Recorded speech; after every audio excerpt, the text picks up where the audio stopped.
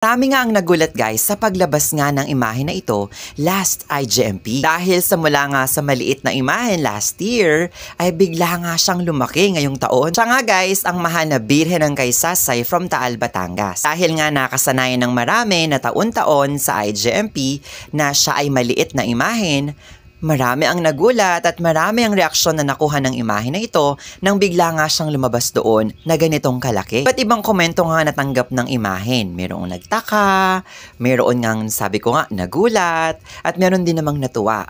Dahil nga sa mula sa maliit ay bigla nga siyang lumaki at mas nakita na daw ang ganda ng imahen. Pero ako guys, kung ako ang tatanungin ninyo, I'm so happy because she's very beautiful. Pakaganda ng imahen na makikita niyo naman sa photo na nasa likuran ko na para siyang buhay. Una ko pa lang siya nakita guys sa picture nung papunta pa lang kami ng Intramuros.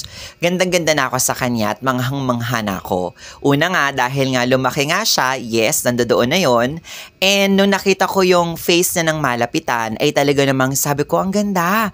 Para siyang buhay. Para siyang nangungusap at parang naririnig niya talaga ang lahat ng ibubulong mo sa kanya. Parang may something sa akin na hindi ko ma-explain guys up until now sa mga pictures niya tsaka sa mga videos niya sa cellphone ko na tuwing makikita ko siya, ang gaan lang ng pakiramdam ko dahil, ewan ko, siguro gandang-ganda talaga ako sa kanya. I don't know guys kung siya pa rin nga ang lalabas na imahen next year sa IGMP and hindi ko din naman alam ang dahilan kung bakit nga siya lumaki ng ganyan.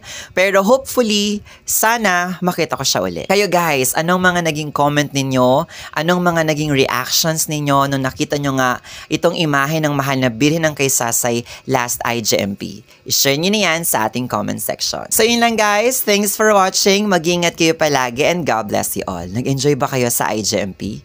Viva la Virgen de Kaysasay!